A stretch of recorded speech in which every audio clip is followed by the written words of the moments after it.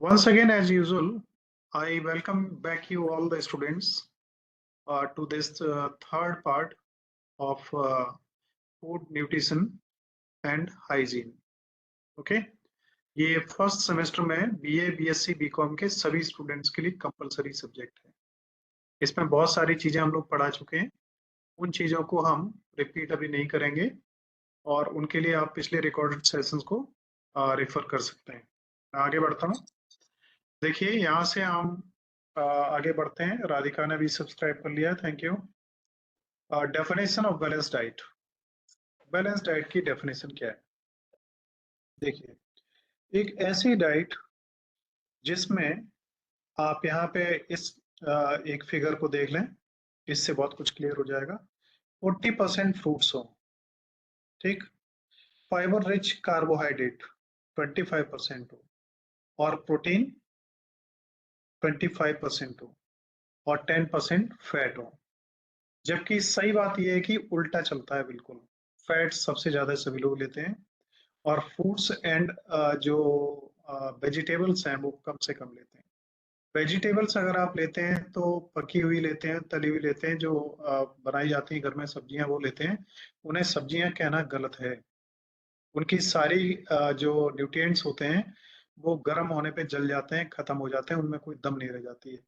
आपको करना क्या है कि अगर बेस्ट डाइट लेनी है तो आपको कच्ची सब्जियां जैसे सलाद वगैरह, और गोभी वोभी भी कच्ची खाई जा सकती है, ब्रोकली बहुत होती है, डोंट वरी निधि।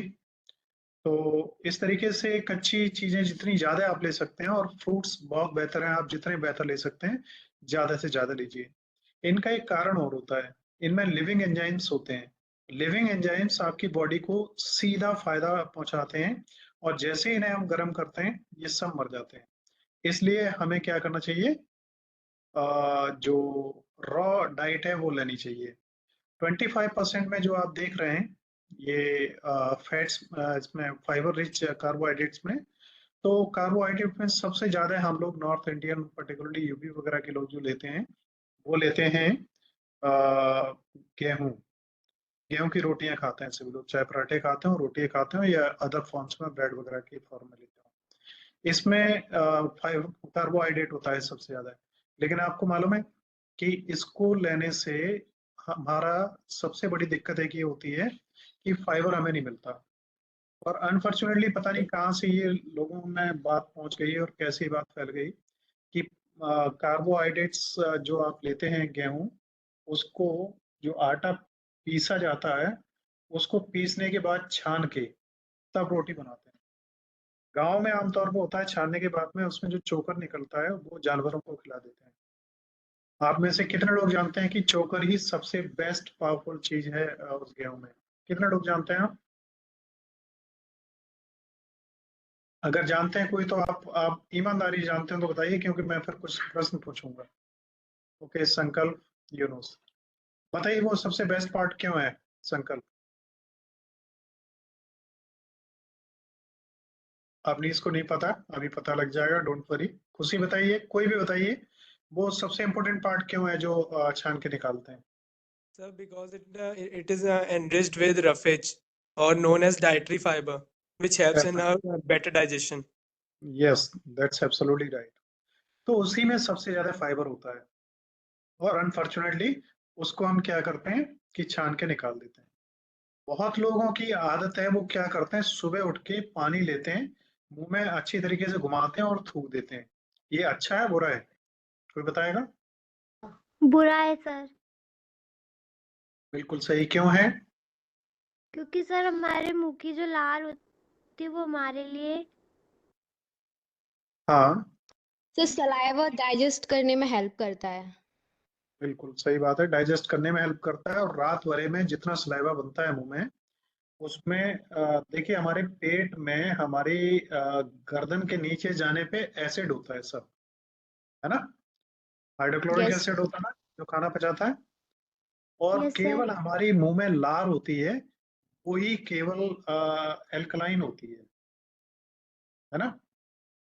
तो बाकी के सब नीचे एसिड है। तो एल्कलाइन नेचर हमारा होना चाहिए। ब्लड का नेचर कैसा होता है? न्यूट्रल तो नहीं होता। और कोई बताएगा? ए लिटिल बिट होता है एसिडिक, है ना, न्यूट्रल नहीं होता। तो अगर हम हमारे जब हम खाना खाते हैं, खाना पचता नहीं है, खाना सड़ता है, तो धीरे धीरे हमें एसिडिक प्रॉब्लम हो जाती है और एसिडिटी होने लगती है, जिसमें जिसको हम बोलते हैं रिफ्लक्स डिजीज होती है, जिसमें खाना उल्टा मुंह में आता है और फिर हमें बहुत तेज मिर्च लगती है, बहुत जलन होती है। ये उसी एसिड की वजह से होता है। तो उसको कौन सा रिफ्लक्स बोलते हैं, नाम मेरे को ध्यान नहीं आ रहा, अभी मैं बता दूंगा। तो उसके लिए स्लेवा ही हमारे मुंह में एक ऐसा पार्ट है जो एल्कलाइन होता है। इसीलिए हमें ये भी कहा जाता है कि हम लोग खूब खाना पचा पचा के खाएं, खूब उससे मुंह में चबा चबा के खाएं, कारण उसका यही होता है। और आपको मालूम है एक दिन में हम सलाइवा लगभग कितना पेट के अंदर ले जाते हैं, पता है? लगभग 2 लीटर तक।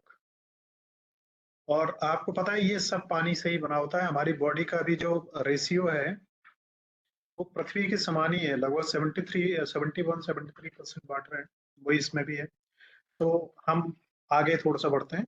बैलेंस डाइट कौन सी डाइट है? एक ऐसी डाइट जिसमें प्रोटीन, फैट, कार्बोहाइड्रेट्स और मिनरल और वाटर, उसका प्रॉपर कॉम्बिनेशन हो। कितने लोग मानते हैं कि खाना खाने के साथ पानी नहीं पीना चाहिए? ये सही है या सर गलत है? सर ये थोड़ा सा रॉन्ग हो जाता है, क्योंकि वाटर एक्स्ट्रा हो जाता है ना, तो वो खाने को सड़ा देता है। चलिए, अच्छी बात। और कोई? So food digest नहीं हो पाता after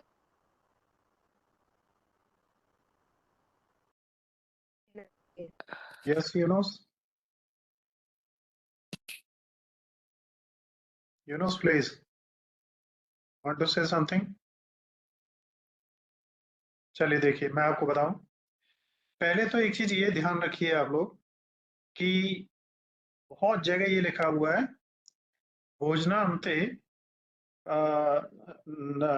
सॉरी, सेंटेंस कुछ इस तरीके से है, सर बेसन। हाँ जी, हाँ जी, बोलिए। सर जो स्टमक की जो एबिलिटी होती है डाइजेस्ट करने की, सर वो खत्म हो जाती है जब हम वाटर का इंटेक कर लेते हैं। दैट्स वाई खाने के बाद हमें पानी नहीं पीना चाहिए, अवॉइड करना चाहिए।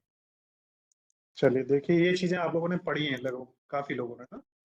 और एक सेंटेंस यूज होता है भोजनांते विषम पानी, मतलब भोजन के अंत में पानी पीना विष के समान होता है ना। लेकिन आप लोगों को मैं बता दूं, जो कहानियां, जो कहावतें, जो ज्ञान होता है वो समकालीन समय के लिए बेहतर होता है। और ये सेंटेंस जब यूज होता था, पतंजलि और भागवत थे।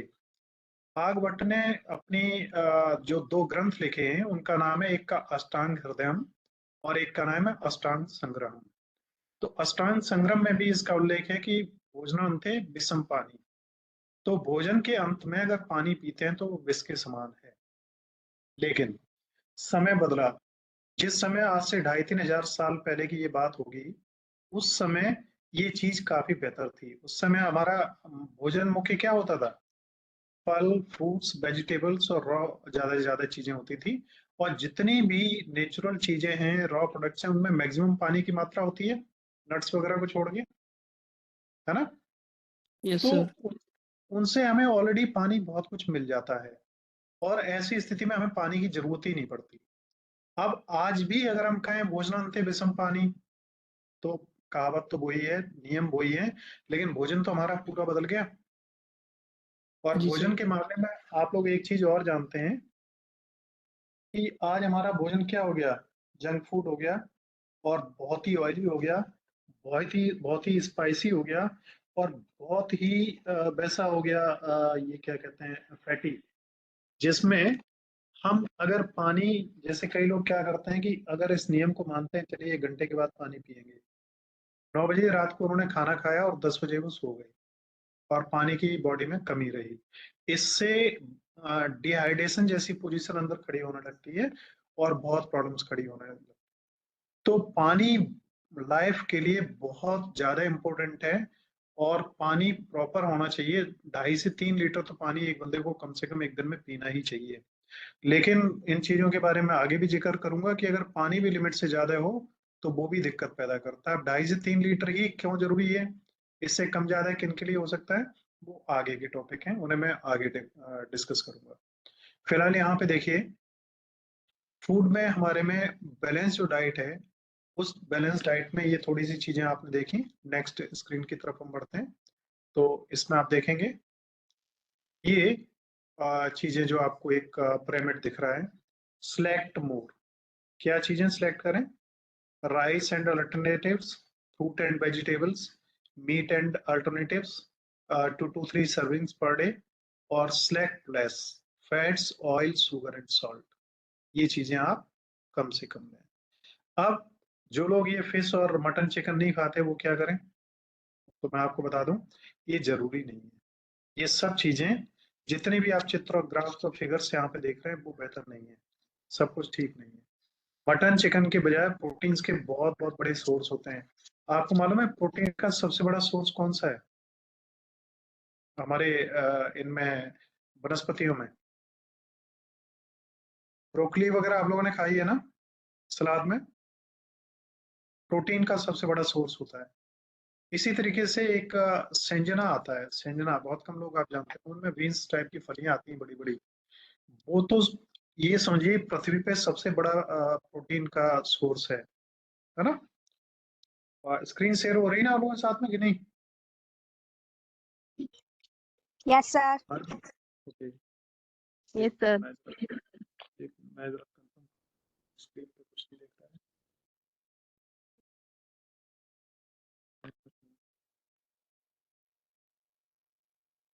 चलिए ठीक है, आपको दिख रहा है, अच्छी बात है। तो यहाँ से अब देखिए, balance diet includes a variety of protein food such as sea food and poultry, eggs, legumes, soya products, nuts and seeds. तो ये जितना लिटरेचर आपको मिलेगा, जितना मैटर मिलेगा, जितना भी चीजें लिखी गई हैं, ये सब कुछ इंडियन कंटेक्स्ट में नहीं लिखी गई हैं। ये पूरे वर्ल्ड को ध्यान में लेके लिखी गई हैं। और मैं माइक्रोफोन ऑफ कर रहा हूँ, कुछ लोगों का भी ऑन है। तो सी फूड्स की अगर हम बात करें तो इंडिया में सी फूड्स को बहुत ज्यादा प्रेफरेंस नहीं दी गई कभी, और केवल उन्हीं क्षेत्रों में इन चीजों को प्रमोट मिला जहां पे समुद्र से लगे हुए क्षेत्र हैं, और हिंदुस्तान का बहुत कम एरिया समुद्र से लगा हुआ है। तो सी फूड्स की विदेशों में कई देश हैं जो चारों तरफ से समुद्र से घिरे हुए हैं, और उनका मुख्य जो आहार है वो है ही यही। हमारे इंडिया में इतना रिच जो प्रोडक्ट्स हैं जिनकी कमी नहीं है। पोल्ट्री एग्स हैं, लेग्यूम्स हैं, बीन्स हैं, सोया प्रोडक्ट, नट्स, सीड्स। तो अब इसमें देखिए, एग्स की हम बात करें, पोल्ट्री की बात करें, तो ये चीजें भी बहुत बाद में यूज होना शुरू हुई, होती थी लेकिन बहुत कम थी, आज भी बहुत ज्यादा नहीं है। और अगर एक कंपैरेटिव स्टडी आप करेंगे तो एक मुर्गे को पैदा करने से उसको काटने लायक की स्थिति में लाने के लिए जितना कुछ उसके ऊपर खर्चा करना पड़ता है, उसकी तुलना में अगर आप वेजिटेबल डाइट लें तो वो बहुत सस्ती और बहुत बेहतर है। एक एनालिटिकल स्टडी अगर मैं कभी आपको कोई अलग वीडियो बनाऊंगा तो उसमें दिखाऊंगा कि 7, 8, 9, 10 या 11 महीने के एक बकरे को पैदा होने से वहां तक आने के लिए कितने पानी की जरूरत होती है, और कितना वो हम उस पर खर्चा करते हैं, उसके बाद उससे जो हमें मटन मिलता है उसकी वैल्यू कितनी होती है।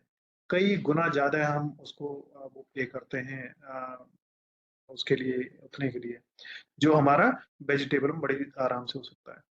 नेक्स्ट एक चीज देखिए, अब is low in added sugar, sodium saturated fats, trans fats and cholesterol. तो हमारे में ये सब चीजें हों लेकिन इसमें कम हो, शुगर कम हो, सोडियम कम हो, और सैचुरेटेड फैट्स, ट्रांस फैट्स और कोलेस्ट्रॉल ये कम हो, ये सारे के सारे हमारी सेहत के लिए नुकसानदायक होते हैं। आप में से कितने लोग जानते हैं कि हमारे फूड में जो सैचुरेटेड फैट्स हैं वो क्या है, बताएंगे?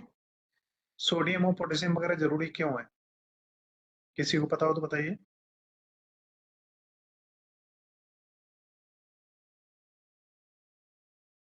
नहीं, कोई नहीं बोलना चाह रहा है, चलिए मैं छोड़ता हूँ। देखिए, इनका सभी का अपने आप में बहुत इंपॉर्टेंट रोल है।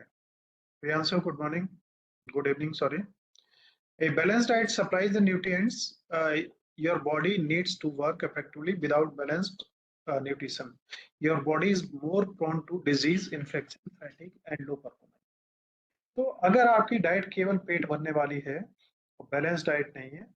देखिए, पेट भरना एक अलग चीज है और बैलेंस डाइट एक अलग चीज है। आप कम खाएं लेकिन उससे आपको ऊर्जा ज्यादा मिले तो बेहतर है।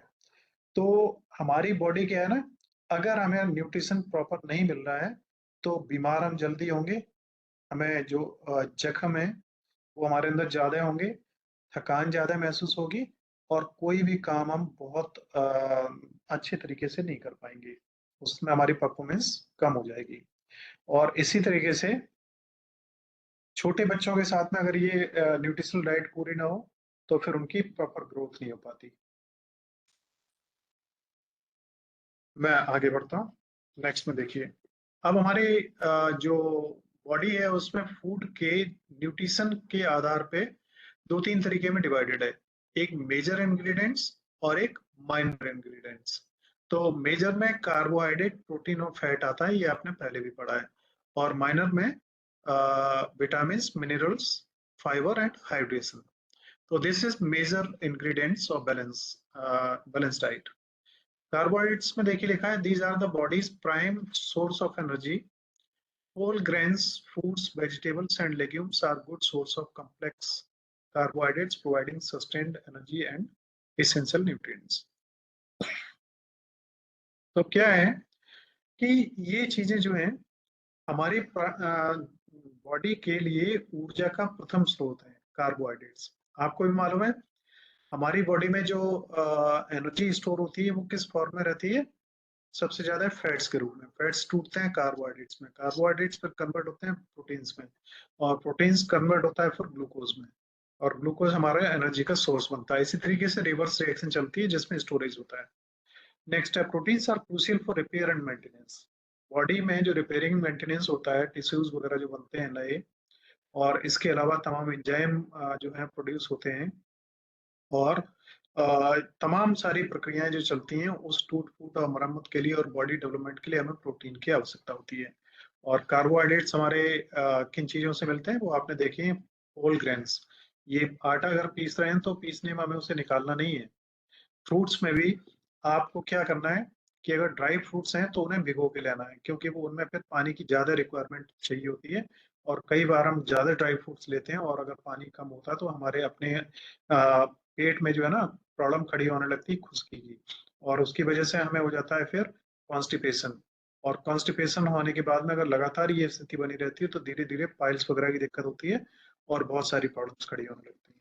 Okay, so we will proceed now. It is fats and vitamins. Fats are often associated with the negative health effects. Fat का बढ़ना शरीर में हमेशा गलत माना जाता है, लेकिन ध्यान रखिएगा कि गलत माना जाता है, लेकिन मिनिमम जितना फैट चाहिए अगर उतना नहीं है तो ये दिक्कत वाली चीज भी है। आपकी स्किन अगर ग्लो कर रही है, आपकी स्किन में अगर चमक है, आपके चेहरे पे चमक दिखाई दे रही है, हाथ पैर आपके चमकते हुए दिख रहे हैं, तो उसका कारण भी फैट ही है। अगर फैट की कमी हुई तो उनमें डलनेस आ जाएगी। इसलिए जो जरूरी चाहिए उतना तो जरूरी है ही। और इसके अलावा जो विटामिन होते हैं वो दो तरीके के होते हैं, एक फैट सॉल्युबल है, एक वाटर सॉल्युबल है। ठीक है, ऑफ रखिए, आप लोग बीच बीच में गलती करते हैं फिर मेरे को करना पड़ता है। तो vitamin A, D, E and के ये फैट सॉल्युबल है। आपको ये क्वेश्चंस हैं इंपॉर्टेंट, ध्यान रखिएगा इन पे। तो vitamin A, D, E and के। विटामिन ए आप जानते हैं आंखों के लिए कंपलसरी है, डी स्किन के लिए है, और भी तमाम चीजों के लिए है, और ई और के बारह के किसके लिए मालूम है ना? विटामिन के ब्लड की जो क्लॉटिंग होती है उसके लिए। तो ये सब चीजें इंपॉर्टेंट है, और इनका जो सोर्स है फैट्स का वो नट्स है, सीड है, ऑलिव ऑयल है and fatty fish like salmon है। और आपको पता है आज की डेट में, अभी इस समय सर्दियों में इसके फैट्स के बहुत अच्छे सोर्स क्या है पता है? सबसे बढ़िया सोर्स है वो तिल है, जो गज्जक आप लेते हैं। और दूसरा, आप मूंगफली लेते हैं, ये सबसे बेहतर सोर्स है। और आपको पता है कि जो फैट है वो इसमें होता नहीं है वेजिटेबल्स में। इन्हीं को पता है? क्यों भाई? ऑयल्स में सभी में फैट होता है, सभी लोग जानते हैं। Yes sir. तो यस एक सर। फैट एक ऑयल का बहुत विज्ञापन होता है कि जिन्हें हार्ट के पेशेंट हैं वो उस ऑयल को लें। वो कौन सा ऑयल है जिसमें 0 कोलेस्ट्रॉल होता है? सफोला। हाँ, सफोला। तो मैं बता दूं, ये केवल साजिश के अलावा कुछ नहीं है। किसी भी ऑयल में फैट होता ही नहीं है। ये चीज मालूम है आपको? जितने भी ये वेजिटेबल प्रोडक्ट्स हैं, नेचुरल प्रोडक्ट्स जितने हैं, उनमें फैट होता ही नहीं है। केवल एनिमल फूड में ही फैट होता है। ये भ्रमित करने वाले विज्ञापन हैं, इसके अलावा कुछ भी नहीं है। आप सरसों का तेल ले रहे हैं, उसमें भी कोई दिक्कत नहीं है ऐसी, है ना? आप इसका ऑयल ले रहे हैं, ऑलिव ऑयल ले रहे हैं या कोई भी ले रहे हैं, कोई दिक्कत नहीं है। बहुत सारी भ्रांतियां जानबूझ के हमारी सोसाइटी में फैलाई गई हैं केवल बिजनेस कमाने के लिए और उसको करने के लिए। और सबसे ज्यादा धोखा दिया है हमें हमारे जो, जिन्हें हम आदर्श कहते हैं और हीरो कहते हैं, और जो फिल्म इंडस्ट्रीज के लोग हैं, इतने बड़े बड़े विज्ञापन करते हैं और उस विज्ञापन से खुद तो करोड़ रुपए कमाते हैं और हम आपको केवल बाजार बना के छोड़ देते हैं। Next, vitamin. तो विटामिन हमें ज्यादातर मिलती हैं फ्रूट्स और वेजिटेबल्स से। और फ्रूट एंड वेजिटेबल्स में जो विटामिन होती हैं, जैसे विटामिन सी है, एग्जांपल नीचे दिया हुआ है, विटामिन ए है, विटामिन के, विटामिन बी वगैरह है। तो ये सब चीजें हमें फ्रूट एंड वेजिटेबल्स मिलती है। और अनफॉर्चुनेटली आप सब लोग भी जितने भी आज ऑनलाइन हैं, ईमानदारी से अगर आप बात करेंगे तो आपकी डाइट का कितना परसेंट फ्रूट एंड वेजिटेबल होता है? शायद कुछ भी नहीं। कभी अगर इच्छा हुई तो एक केला खा लिया, एक सेब खा लिया। इस समय अमरूद आ रहा है इतना अच्छा, उसमें फाइबर भी खूब है और उसमें सारे विटामिन और तमाम सारी चीजें हैं। और फूड का एक फंडा और है बहुत अच्छा, जिसे आप हमेशा ध्यान रखिए। प्रकृति से बेहतर कोई दूसरा अल्टरनेट नहीं है। हमारी माँ जितनी हमारी देखभाल करती है, उसी तरीके से पृथ्वी पर जितने जीव जंतु हैं, एक माँ के रूप में उनकी देखभाल करती है। माँ अपने बेटे को कभी जहर नहीं देती। तो पृथ्वी में ऋतु के परिवर्तन के साथ ही जो फल फ्रूट्स और पेड़ पौधे आते हैं, वो उस समय की आवश्यकता के अनुसार ही आते हैं। जम्मू एंड कश्मीर में जो चीजें पैदा होती हैं वो केरला में नहीं होती, वो इधर राजस्थान और उसमें गुजरात में नहीं होती। तो जो जहाँ पे हैं वहीं की प्रोडक्ट वाली चीजें आप खाइए। सबसे इम्पोर्टेंट फंडा ये है भोजन का, लोकल, जो भी लोकल आपको मिले। देखिए, आप लोग सभी जानते होंगे, जैसे कोई भी फल है, या आप एक ले लें तरबूज या ले लें आम। तो आप 2 4 5 7 8 10 किलोमीटर दूर भी बढ़ेंगे तो तरबूज की शक्ल चेंज हो जाएगी, कलर चेंज हो जाएगा, टेस्ट चेंज हो जाएगा, सब चीजें चेंज हो जाएंगी। वो मट्टी, वहां की जो मिट्टी है वो उसे पैदा कर रही है। और हम लोगों में भी जो बने हुए हैं, जो स्थूल शरीर है, जो आप शरीर, हड्डियां, मांस, मज्जा वगैरह देख रहे हैं, ये सब पृथ्वी का ही अंश है। और हम जहाँ पैदा हुए, जहाँ की सांस ले रहे हैं, जहाँ का भोजन हम खा रहे हैं, उसी से ही हम बने हुए हैं। तो हमें सबसे ज्यादा लोकल्स पे ध्यान देना है इन चीजों के लिए। ठीक है? तो मैं उम्मीद करता हूँ आप ध्यान देंगे। और आप निश्चित रूप से, अगर हो सकेगा तो कल से आप क्या करिए, जो तमाम, जैसे खीरा है और गाजर है, मूली है, और सलाद में और बहुत सारी चीजें, चुकंदर वगैरह आ रहा है, इन्हें ऐड करिए। रात को आपको दालें वगैरह है उन्हें भिगो दीजिए। और एनर्जी का सबसे बड़ा सोर्स क्या है मालूम है? जो अंकुरित दालें हैं, अंकुरित चने हैं, अंकुरित गेहूं है, इनको आप क्या करिए, भिगोइए। और भिगोने के बाद में किसी कपड़े में बांध के, गीले कपड़े में रख दीजिए, 1 2 दिन रखे रहने दीजिए, इनमें अंकुरण हो जाए बस। उसके बाद आप उन्हें सुबह खाइए। इससे बेहतर सोर्स कुछ भी नहीं है। ये दुनिया भर के ड्रिंक्स, दुनिया भर के ये पाउडर और दुनिया भर की चीजें जो आ रही हैं, ये सब आपको फायदे कम, नुकसान ज्यादा देंगी। Next, mineral and fibres. Minerals में अगर हम बात करें तो calcium, iron, potassium, magnesium, zinc, ये सब चीजें हमारी बॉडी के लिए इम्पोर्टेंट है, चाहे इनकी बहुत थोड़ी सी मात्रा हो। कैल्शियम आप जानते हैं सबसे ज्यादा मात्रा होती है शरीर में, हड्डियां इसी से बनी हुई होती हैं। और कैल्शियम का सबसे बड़ा स्रोत क्या होता है, आप में से कोई बताएंगे? milk, दूध। सभी लोगों की यही राय है। देखिए, मैं आपकी राय को बहुत जल्दी नहीं बदल पाऊंगा, लेकिन मैं 100% चैलेंज के साथ आपकी राय को पूरी तरह बदल दूंगा अगर आप चाहेंगे। एक बुक है, डॉक्टर NK शर्मा है उसके राइटर, और बुक का टाइटल है मिल्क इज पॉइजन, मिल्क जहर है। अब वो किस आधार पे कह रहे हैं, बहुत बड़े एक नेचुरोपैथ है, माइक्रोफोन ऑफ कर लीजिए बात करने के बाद में, बहुत बड़े नेचुरोपैथ हैं और बहुत बड़े वो हीलिंग की साइंस में एक रेकी साइंस होती है, नाम सुना है रेकी का आपने? नहीं सर। नहीं सुना है। तो ये चीजें बहुत इंपॉर्टेंट हैं। तो राजू कुछ कहना चाह रहे हैं? तो मिल्क को बहुत लोग अवॉइड करते हैं, और आप देखिए मेरे अनुभव बहुत हैं इस फील्ड में। मिल्क में भी, मैं आप बताइए, गाय का मिल्क ज्यादा बेहतर है या भैंस का? गाय का मिल्क ज्यादा बेहतर है। गाय का सर। क्यों है अवनीश, क्यों है बताइए? गाय का लाइट होता है। लाइट क्यों होता है? का कंटेंट कम होता है उसमें। उसमें प्रोटीन होता है ऑलमोस्ट, और भैंस में सर पूरा। बकरी का भी होता है ना? बकरी का भी होता है, बकरी का में एंटी बैक्टीरियल प्रॉपर्टीज ज्यादा होती हैं, बीमार लोगों के लिए बहुत अच्छा है वो, है ना? यस यस और सर। गाय में मैं आपको बता दूं कि गाय में जितनी विदेशी गाय हैं, जर्सी वगैरह हैं, इनका दूध तो पॉइजन होता है। अब आप ये ना कहें कि मैं हिंदू हूँ, गाय को प्रमोट करने के लिए ऐसी बातें कर रहा हूँ। साइंस ने प्रूव किया है, विदेशों में जैसे स्विट्जरलैंड है, और ये क्या नाम है, तमाम कंट्रीज हैं, पोलैंड वगैरह है, इनमें पशुपालन बहुत होता है। और पशुपालन में 2 पशु पाले जाते हैं, मालूम कौन कौन से, पता है? No sir. ये नहीं पता सर। एक गाय पाली जाती है और एक सूअर पाला जाता है। और ये क्यों पालते हैं? मांस के लिए, ये उसका दूध के लिए नहीं पालते। और ये पाया गया है कि जो जर्सी गाय वगैरह हैं इस तरीके की जो बाहर से आती हैं, जर्मनी वगैरह में, इन गायों के दूध में पॉइजन होता है। और बहुत कंट्रीज ऐसे हैं जो इनका दूध का इस्तेमाल करते ही नहीं है। अब चूंकि गाय है, बच्चे देगी और दूध भी होगा, तो उस दूध को वो क्या करते हैं, ये मैंने पढ़ा है कि कई बार तो उस दूध को समुद्र तक में फेंक देते हैं।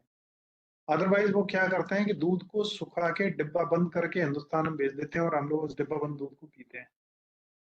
और दूसरी तरफ बहुत प्रूवन फैक्ट्स हैं जो एम्स दिल्ली तक की लैब्स में जिन पे ट्रीटमेंट हुआ है, कि जो अपनी गाय है, जैसे गिर गाय है और इसी तरीके की और इंडियन कई नस्लें हैं, इन गायों के दूध में सोने के कण तक पाए जाते हैं, जिनसे सॉलिड सोना तक भी बनाया गया है। ऐसे एक्सपेरिमेंट्स हो चुके हैं, समझ रहे हैं? तो ये चीजें हैं। अब यहाँ पे किसी भी एंगल में अगर कोई किसी को लगे मेरे से कोई प्रूफ चाहिए, या आपको इस पे और डिस्कशन चाहिए, तो हम अलग से सेशन ले सकते हैं। और ये हम अपने टॉपिक से हट जाएंगे अगर इस पे ज्यादा बात करेंगे तो, इसलिए यहाँ ज्यादा बात नहीं करेंगे।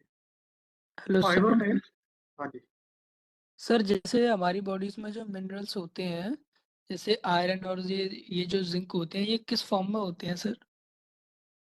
आयरन, जिंक वगैरह ये सारे के सारे बॉडी के जिस फॉर्म में बॉडी उसे एक्सेप्ट कर पाए। अब जैसे आयरन है ना, तो जी उसका, सर।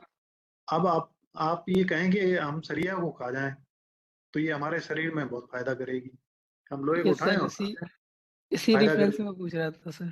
तो मैं उसी रेफरेंस में आपको बता दे रहा हूँ। तो आयरन का मतलब वो लोहा नहीं है, आयरन का मतलब Fe है फार्मूला इसका। Yes sir. और हमारा जो ब्लड है, ब्लड में आयरन कंटेंट होता है। Yes sir. तो ब्लड में अगर आयरन की कमी हो जाए तो हमारे लिए बहुत दिक्कत हो जाती है। तो इसका जो सबसे सूक्ष्म रूप होता है, सबसे किसी भी एटम को तोड़ते जाएं, मॉलिक्यूल्स को तोड़ते जाएं, तो लास्ट जो फॉर्म, सबसे छोटी फॉर्म आ जाती है। जैसे हमारी बॉडी की सबसे प्लाज्मा। छोटी, नहीं प्लाज्मा वगैरह अलग चीज है, प्लाज्मा और ब्लड वो एक साथ मिलके चलते हैं। तो जैसे हमारी बॉडी की सबसे छोटी यूनिट क्या है, सेल है। यस और सर। सेल के अंदर आप में से बायो के स्टूडेंट है ना काफी, यस सर। तो सेल में क्या क्या होता है आपको मालूम है? प्रोटोप्लाज्म होता है, यस सर, माइटोकॉन्ड्रिया होता माइटोकॉन्ड्रिया होता है, है, दुनिया भर प्रोटोप्लाज्म होता है। साइटोप्लाज्म होता है, डीएनए होते हैं, आरएनए वगैरह होते हैं, और बहुत सारी स्ट्रक्चर्स होती हैं। और माइटोकॉन्ड्रिया के अंदर ATP, ADP, adenosine triphosphate, diphosphate वगैरह ये सब इनका बनना और एनर्जी का वो होना, मींस यस सर, एनर्जी वहाँ पे बनती डिकम्पोज या कंपोज होना, ये सारी प्रक्रियाएं एक सेल के अंदर होती हैं। अब ये आयरन जो है ना, है। जी आपको सर। मालूम है कि देखिए, माइक्रोफोन जो लोग नहीं बोल रहे हैं वो ऑफ प्लीज। आयरन हमारी बॉडी में अगर ना हो तो जो ब्लड ऑक्सीजन ले जाता है ना, ब्लड से जब ऑक्सीजन मिलती है तो आयरन का कलर हमारा, वो ब्लड का कलर चटक लाल हो जाता है। और जब वो बॉडी में घूम के नसों के थ्रू ब्लड के लिए जब जाता है तो वो आयरन हमारा, आयरन में ऑक्सीजन की मात्रा कम हो जाती है और वो ब्लड का कलर कैसा हो जाता है, फेडेड हो जाता है थोड़ा सा। तो ये आयरन की बहुत बड़ी भूमिका है उसमें। पोटेशियम और सोडियम आप जानते हैं, हार्ट की जो बीटिंग होती है उसके लिए बहुत इंपॉर्टेंट होता है। जिंक वगैरह बहुत कम मात्रा होती है, लेकिन हमारे हार्मोन्स वगैरह को स्टिमुलेट और तमाम चीजों करने के लिए इनकी बहुत जरूरत होती है। मैं थोड़ा सा फास्ट पढ़ूंगा, टाइम ज्यादा लग रहा है, अगला सेमेस्टर रेडी हो रहा होगा।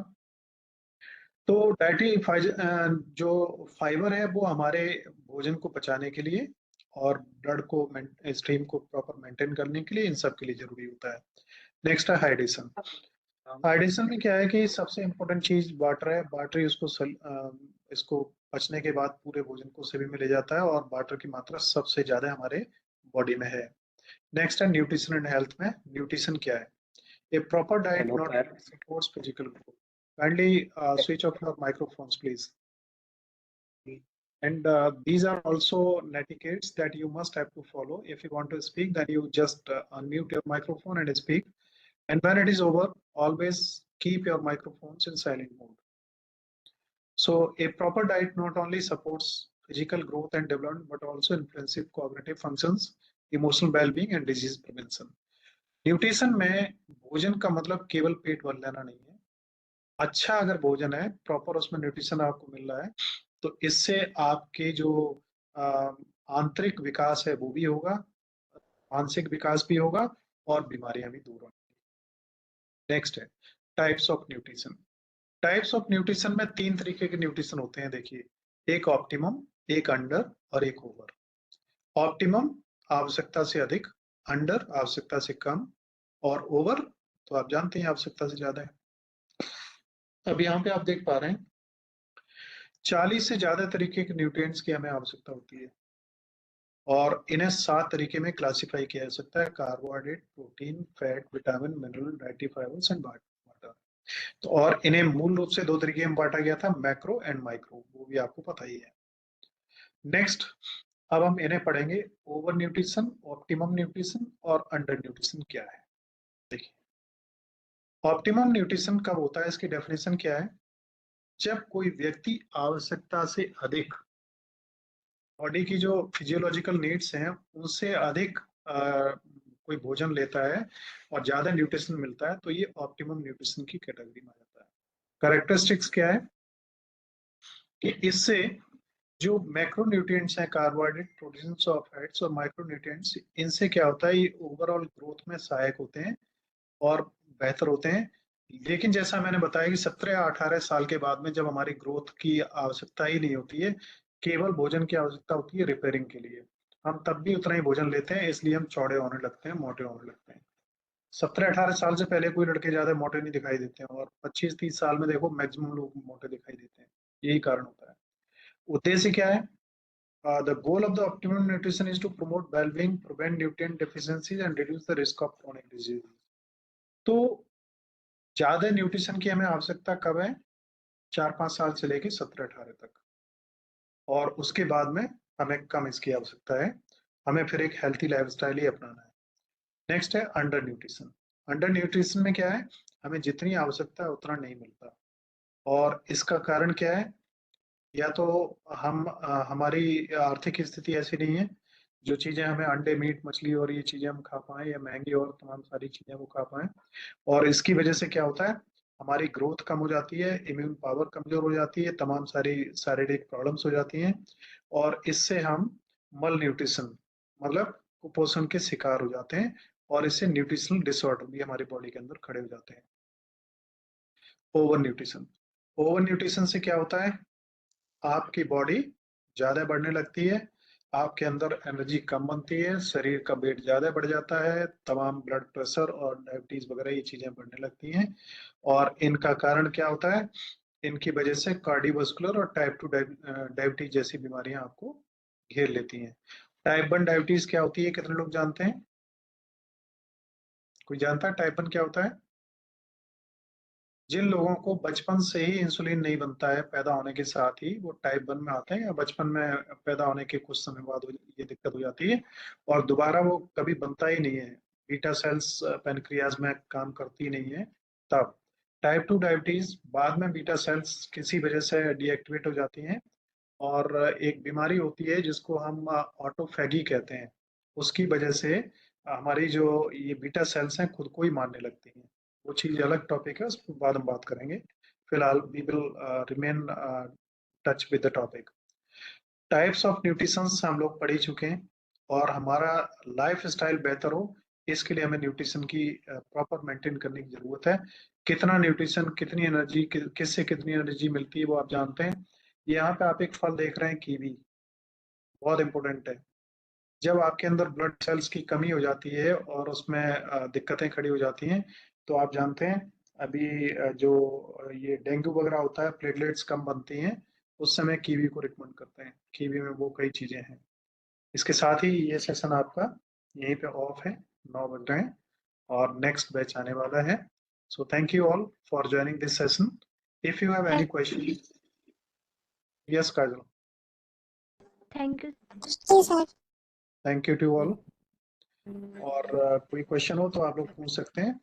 हम लोग बिल्कुल उससे टाइट रहा करेंगे टाइम से, जिससे राइट टाइम स्टार्ट होंगे और राइट टाइम पे बंद करेंगे, जिससे हम टाइम मैनेजमेंट कर पाए। देखिए, लाइफ का टाइम मैनेजमेंट एक बहुत इंपॉर्टेंट पार्ट है, और अनफॉर्चुनेटली मैं उसे फॉलो नहीं कर पा रहा हूँ। मेरी अपनी कुछ इतनी ज़्यादा वाइंडिंग्स और प्रायोरिटीज़ हैं कि मैं उन्हें नहीं कर पाता हूँ।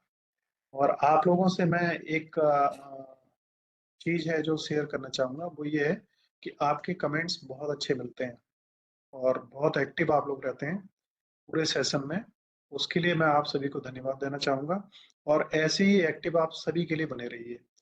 सभ्यता, देखिए आप कह रहे हैं कि इनके नोट्स भेज दीजिए, मैं निश्चित रूप से नोट्स भेजूंगा, लेकिन मैं आपको बता दूं कि मैं अपनी मर्जी से ही सब कुछ करूंगा, आपकी मर्जी से नहीं। अभी आप कह रहे हैं नोट्स भेज दिए, मैं निश्चित रूप से अगर अभी नोट्स भेज दूं तो क्या होगा कि आप उन नोट्स को रख लेंगे, पढ़ेंगे भी नहीं। अगर आप जो रिकॉर्डेड ये सेशन एक बार रिपीट करके नहीं देख पाने का आपके पास में टाइम है, केवल सुनना है उसमें, तो पढ़ने की बात तो दूर की है। इसलिए आप बहुत नोट्स पे ध्यान मत दीजिए, पहले इस चीज पे ध्यान दीजिए कि मैं आपको जो पढ़ा रहा हूँ उसको आप प्रॉपर्ली देखिए, और उसके बाद इस चीज पे ध्यान दीजिए कि आप नोट्स पे जाने की बजाय एक बार कम से कम वीडियो को रिपीट करके देख लें, और तब तक फिर मैं जब आवश्यकता होगी आपको नोट्स भी डेफिनेटली प्रोवाइड करूंगा, है ना। That is my own responsibility also. So still, if anyone have any question, then you can ask. The students of next session are logging in, so I will migrate to the next class. Any question from anyone else? Yes, Komal. हफ्ते में 3 दिन class होगी को curricular की। Assignment बिल्कुल होगा, but you will be informed when it will, है ना। तो अभी किसी का कोई क्वेश्चन नहीं है, और so then thank you. We will meet in this food and nutrition session after 3 days. This is the last class of this session. तो इन 3 दिनों में आप कम से कम एक बार वीडियो को देख लीजिए, और उसके साथ में मैं ये भी चाहूंगा, आपके इतने अच्छे कमेंट्स यहाँ होते हैं, तो आप जो भी जानना चाहें, जो भी कुछ कहना चाहें, जो भी कुछ एक्सप्रेस करना चाहें, वीडियोस पे भी आपके कमेंट्स मिलने चाहिए। मैं उम्मीद करता हूँ कि अवनीश देखते हैं, बीएससी वालों का असाइनमेंट मिलेंगे, बिल्कुल मिलेंगे। असाइनमेंट्स की इतनी बीमारी आप लोग क्यों पैदा कर ले रहे हैं? असाइनमेंट और नोट्स की, केवल असाइनमेंट और नोट्स तक ही सब निपटता जा रहा है, और वो असाइनमेंट भी क्या उनकी स्थिति बनती, कैसे होते होंगे, कुछ कहा नहीं जा सकता। फिलहाल मैं रिकॉर्डिंग ऑफ कर रहा हूँ यहाँ से। Thank you all for joining this session. I am very grateful to you all the students who are joining. We will meet again once again on the not next topic in next class after 3 days. So till then, thank you all.